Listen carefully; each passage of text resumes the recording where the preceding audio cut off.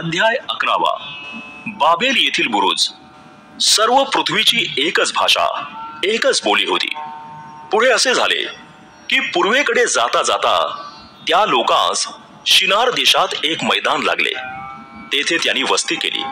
ते एकमेकांस म्हणाले, चला आपण विटा करून पक्क्या भाजू। त्यांनी दगडाऐवजी विटा आणि चुन्याऐवजी डांबर वापरले।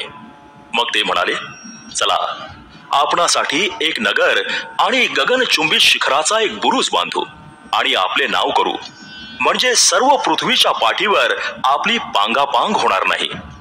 तेव्हा मानव पुत्र नगर व बुरुज बांधित होते, ती पाहण्यास परमेश्वर उतरला। परमेश्वर म्हणाला, पहा हे लोक एक आहेत, या सर्वांची भाषाही एकच आहे व ही यांच्या कृत्यांची सुरुवात आहे।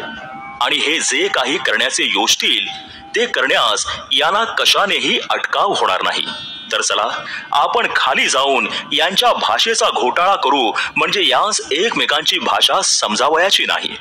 नंतर परमेश्वराने तेथून त्या सर्व पृथ्वीच्या पाठीवर पांगवले।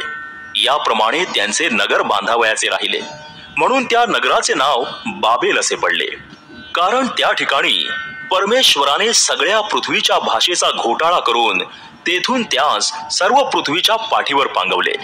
शेमाचे वंशज। शेमाची वंशावळ येणेप्रमाणे शेम 100 वर्षांचा झाल्यावर जलप्रलयानंतर 2 वर्षांनी त्याला अर्पक्षद झाला। अर्पक्षद झाल्यावर शेम 500 वर्षे जगला आणि त्याला मुलगे व मुली झाल्या।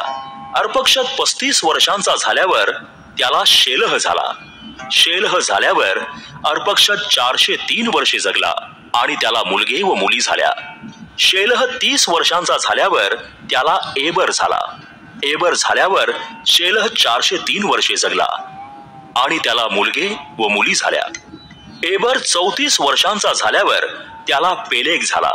पेलेग झाल्यावर एबर 430 वर्षे जगला आणि त्याला मुलगे व मुली झाल्या। पेलेग 30 वर्षांचा झाल्यावर त्याला रऊ झाला। रऊ झाल्यावर पेलेग 209 वर्षे जगला आणि त्याला मुलगे व मुली झाल्या। रऊ 32 वर्षांचा झाल्यावर त्याला सरूग झाला। सरूग झाल्यावर रऊ 207 वर्षे जगला आणि त्याला मुलगे व मुली झाल्या। सरूग 30 वर्षांचा झाल्यावर त्याला नाहोर झाला। नाहोर झाल्यावर सरूग 200 वर्षे जगला आणि त्याला मुलगे व मुली झाल्या। नाहोर 29 वर्षांचा झाल्यावर त्याला तेरह झाला। तेरह झाल्यावर नाहोर 119 वर्षे जगला आणि त्याला मुलगे व मुली झाल्या। तेरह 70 वर्षांचा झाल्यावर त्याला अब्राम, नाहोर व हारान हे झाले। तेरहाचे वंशज। तेरहाची वंशावळी येणेप्रमाणे तेरहाला अब्राम, नाहोर व हारान हे झाले व हारानास लोट झाला। हारान आपला बाप तेरह याच्या देखत आपली जन्मभूमी खासद्यांचे ऊर येथे मरण पावला। अब्राम व नाहोर यांनी बायका केल्या। अब्रामाच्या बायकोचे नाव साराय आणि नाहोराच्या बायकोचे नाव मिल्का। मिल्का ही हारानाची कन्या। हा हारान मिल्का व इस्का यांचा बाप। साराय वांझ होती, तिला मुलबाळ नव्हते। मग तेरह आपला मुलगा अब्राम, आपला नातू म्हणजे हारानाचा मुलगा लोट आणि आपली सून म्हणजे आपला मुलगा अब्राम याची बायको साराय यांस बरोबर घेऊन खासद्यांचे ऊर येथून कनान देशात जाण्यास निघाला आणि ती हारान येथे जाऊन राहिली। तेरहाचे वय 205 वर्षांचे होऊन तो हारान येथे मरण पावला।